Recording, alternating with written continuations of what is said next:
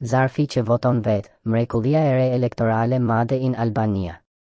Na falni, por duhet ta pranojmë, jemi futur në epokën e mrekullive elektorale.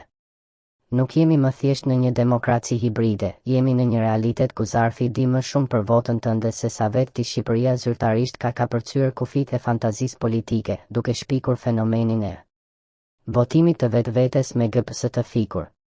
Berati i mrekullive dhe Athina e shenjtë. Kur Partia Socialiste merr 57 në qytetin e Beratit, skeptikët mund të thonë, ok, ndoshta votuesit janë të bindur.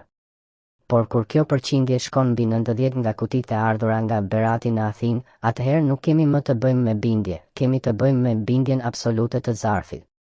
Nuk ka fushatë, as kryetar bashkie, as spot motivues që mund të shpjegoj se si shqiptarët në emigracion, larg halleve, larg punës 300 euro, larg propagandës me dron dhe festivalesh, votojnë me një devocion të papërshkrueshëm për qeverinë shqiptare. Madje më shumë se vetë ata që marrin shërbimet këtu. A është kjo një dashuri në distancë? Apo ndoshta një dashuri që mbushet me flet brenda një Zarfi, që për çudi ka gjithmonë drejtimin e duhur?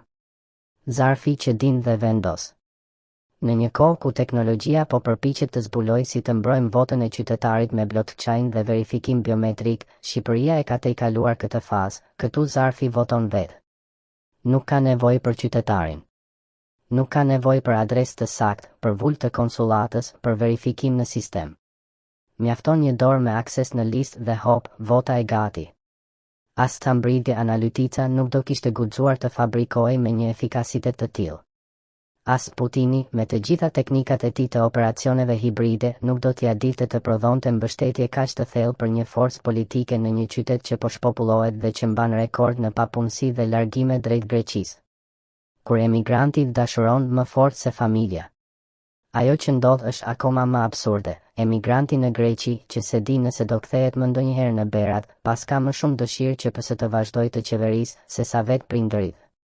Fëmijët apo motrat e tij që jetojnë çdo ditë me realitetin në vend. Çfarë dashurie? Çfarë besnikërie? As ushtarët e devollit s'kan qenë kaq të përkushtuar ndaj sistemit të tyre. Mbase kemi gabuar duke e quajtur këtë manipulim.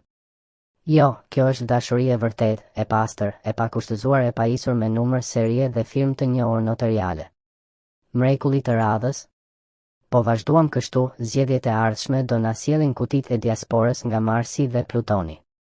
Do të dëgjojmë për emigrant që votojnë nga Australia pa e ditur që ka zgjedhje, për 90 vjeçar që kanë ndëruar jetë në 2013, por që ruajnë bindjen politike deri më sot. Dhe për gjenerata që nuk janë kthyer asnjëherë në vend, por që votojnë si çdo partia në pushtet. Epilog, kjo nuk është demokraci. Ky është teatër i kutit të votimit. Ky nuk është mobilizim i diasporës. Ky është abuzim me identitetin dhe vullnetin e saj. Kjo është një tregti e ftohtë me votën, ku besimi i një qytetari në emigracion përdoret si pasaport për të legalizuar manipulimin këtu brenda. Sepse në fund, ajo që ndodh me Beratin në Athinë nuk është dashuri për vendin, por shfrytëzim i vendit për pushtet. Nëse vota do të jetë Zarf pa njeri, zgjedhja do të jetë pushtet pa popull. Dhe atëherë, më mirë të mos e quajmë më republikë, por zarfokraci.